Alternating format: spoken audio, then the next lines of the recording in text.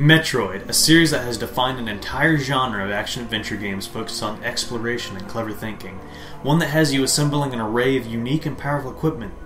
Again, and again, and again. And one of the first games to host a strong female character in a very progressive sense. Not sexualizing her like most games would try to do, or trying to turn her into some kind of sensitive, male-dependent object. What are you doing here? You're not welcome here. Get out! I said leave! Samus, I said! And there's no better way to empower your female lead than with a power suit.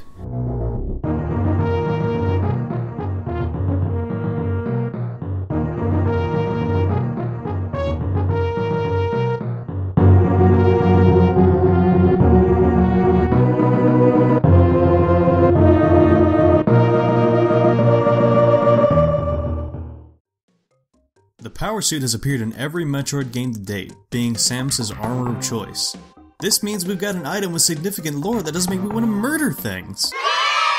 The origins of the power suit predate the event shown in any Metroid game. When Samus was just a child, she was rescued from her home by the Chozo, an ancient, highly advanced and intelligent race, after Ridley had murdered her mother and father. The Chozo raised and trained Samus, eventually granting her the power suit. This suit grants her life support, shielding from damage, enhanced mobility, augmented physical strength, her signature arm cannon with the power beam, and a unisex exterior to set up for gaming's first fan service. It also has a highly advanced AI built in, capable of retrieving vast amounts of data on subjects identified with the scan visor and generating battle strategies, as well as being able to hack terminals and decode alien language. Additionally, the Chozo used a modular construction to allow the suit to be modified with various enhancements and weapon systems, even some technologies that were not made by the Chozo, such as the dark and light suits made by the Luminoth and the hazard shield developed by the Space Pirates. Now, granted, the original power suit is somewhat vulnerable, as it does not provide complete protection from things such as acid, extreme climates, magma, a substance called phazon, and some other environment-specific hazards such as the strong acid on the pirate homeworld in Metroid Prime 3, and the environment of Dark Aether in Metroid Prime 2. However, various upgrades can render Samus completely immune to many of these hazards. Interestingly, Mother Brain, back when she was just a 343 Guilty Spark serving the Chozo, claims to have created the power suit in the Metroid manga. We know little else about the suit's construction, however, with the only other clue being a Chozo bust found on Elysia in Metroid Prime 3 Corruption. Upon scanning, we learned that it is a bust of a Chozo named Drin, a key scientist in power suit technology. But that's it. He's never mentioned anywhere else, that's all of it. So that's pretty much useless. Samus would later leave the Chozo, and after a few years working with the Federation, we finally get to take reins on the action. Although the famous suit first appeared in the original Metroid, we're actually going to completely ignore this one because Metroid Zero Mission replaces Metroid in the series canon, and has a lot more to offer us on the suit. Thanks to Zero Mission, we learned that there are actually two power suits. The one Samus wears during the first part of the game is the power suit designed for her by the Chozo, which is destroyed when Samus' ship is shot down by the Space Pirates, leaving her with nothing but the suit that y'all probably wish this episode was about. Eventually, after sneaking around the Space Pirates, she finds her way into the ruins of Chozodia, and once she has proven herself in the ruins test, she is granted the legendary power suit. This is an ancient, prophetic version of the power suit depicted in many Chozo murals, since Samus is essentially the Chozo Jesus. No, seriously. Chozo lore in Metroid Prime reveals that the Chozo, via premonition, saw light coalescing in the form of a woman casting away the shadows of the Great Poison, otherwise known as Phazon, so they probably built this suit in anticipation of that entrusted one. This version of the suit, while bulkier, was compatible with some of the oldest Chozo technology that could not be implemented by the previous suit, such as the devastating plasma beam and the highly useful gravity suit and space jump upgrades. After escaping Zebes in the Space Pirate Mothership, Samus intercepts a distress call from Frigate Orpheon, a space station orbiting the planet Talon 4. Here, Samus discovers the presence of the Space Pirates and fights off a massive parasite queen before the self-destruct sequence is initiated, and Samus, just like good old times, has to escape before the station explodes. However, on her way out, an explosion sends her flying, and we learn that the shockwave has disabled nearly all of Samus' upgrades, leaving only the basic power suit and power beam. Because, you know, she can take all of this crap, but a single explosion? No way. Later, after recovering most of her equipment and several encounters with the substance known as phazon, an organic, highly radioactive and energy-producing substance with mutagenic properties that chokes the planet, Samus must fight off an Omega Pirate, an experimental bioweapon fusing a pirate with a great deal of phazon. Upon defeating the creature, it collapses onto Samus and dissolves into phazon, coating the suit. However, the power suit absorbs the phazon, integrating it with the organic components of the suit and creating the phazon suit, capable of harnessing the incredible power of the substance, and of looking incredibly badass. Samus uses this power in her final confrontation with Metroid Prime, slaying this phazon-corrupted Metroid with its own power. In its dying breath, Metroid Prime rips the phazon suit out of Samus. After Samus escapes, the remnants of Metroid Prime in a pool of phazon fuse with the suit, likely merging with its organic components, and the creature known as Dark Samus is born. Man, Nintendo in this era sure like to include dark sides, don't they? The trend of losing everything precious to us continues in Metroid Prime 2, where Samus is incapacitated upon entering Dark Aether due to its toxic atmosphere, and the Ing literally rip her power-ups out of her suit in her weakened state. This is actually kinda cool though, because you get to fight Ing bosses that use your own power-ups against you. To conclude the Prime trilogy, let's take a quick look at Metroid Prime 3 Corruption.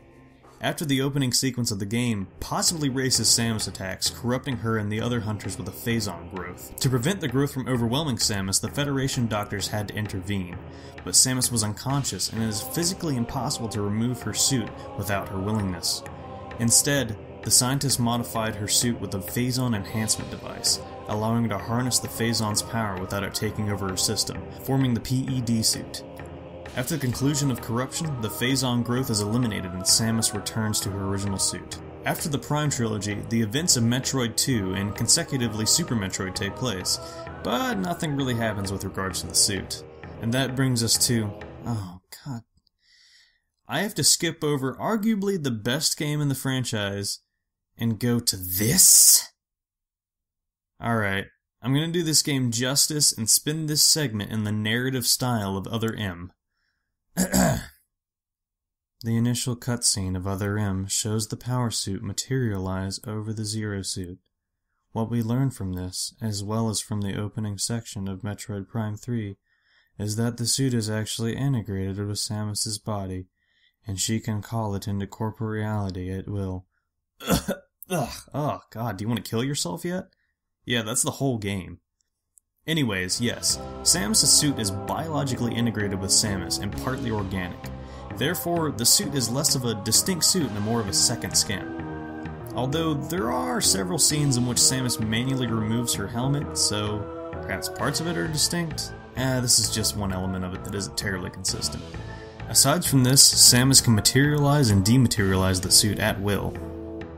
Later, when Samus encounters Ridley, the shock of encountering the thing that killed her parents, apparently takes the 5th encounter before the shock sets in, triggers a PTSD episode, and Samus, the strongest, most badass bounty hunter since Boba Fett, loses her battle-hardened composure, and the suit dematerializes. Beautiful. Despite the awful character development, this encounter does at least tell us that Samus must have a certain level of concentration and composure to maintain the suit. And despite all of her years of experience, she can lose this concentration under extreme psychological distress. There, get our hands dirty to drag out this message, let's get out of here. Finally, we move on to the last canonical game of the timeline that did everything Other M tried to do with the story earlier and better, Metroid Fusion. While on a mission in SR-388, the Metroid homeworld, with Biologic Space Laboratories research team, Samus encounters a creature called an X-Parasite. She is infected by the parasite and, while returning to the space station, the parasite reaches her central nervous system and knocks her out cold, sending her ship dive-bombing into an asteroid belt.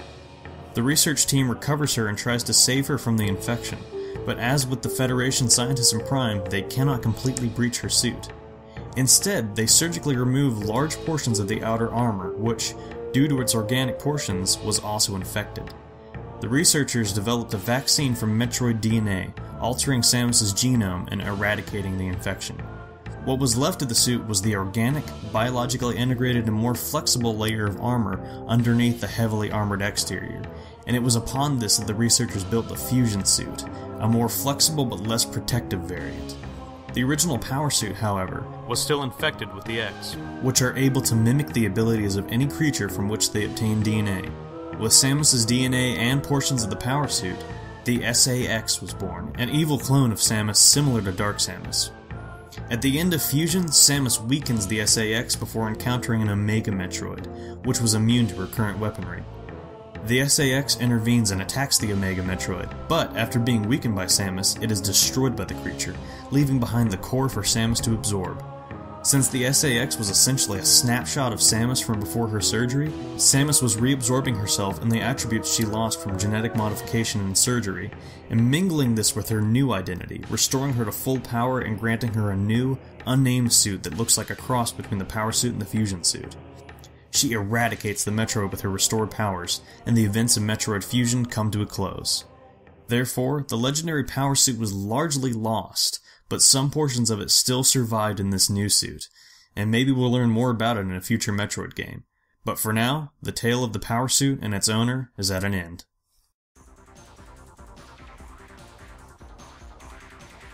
The power suit, at least as far as I can find, is actually really unique in terms of fictional parallels, something I find really cool. Generally speaking, the concept of a powered armor suit or exoskeleton in a space or future setting is credited to the 1959 novel Starship Troopers, in which the soldiers of the mobile infantry are equipped with powered armor, and the idea has been prevalent in science fiction ever since. In terms of the plausibility of the power suit, I don't suppose I have to spend too much time saying why we're not exactly close to developing a psychologically manipulated suit of organic armor that can freely integrate various technologies. Although, there was one thing that bothered me about the suit, and that's this. How does a suit that can materialize and dematerialize sustain Samus in space and underwater?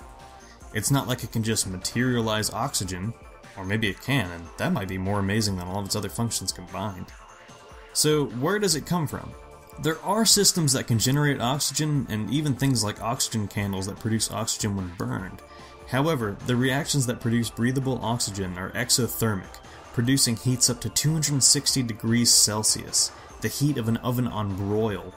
And we already know the suit doesn't hold up too well with extreme heats on the outside, let alone on the inside.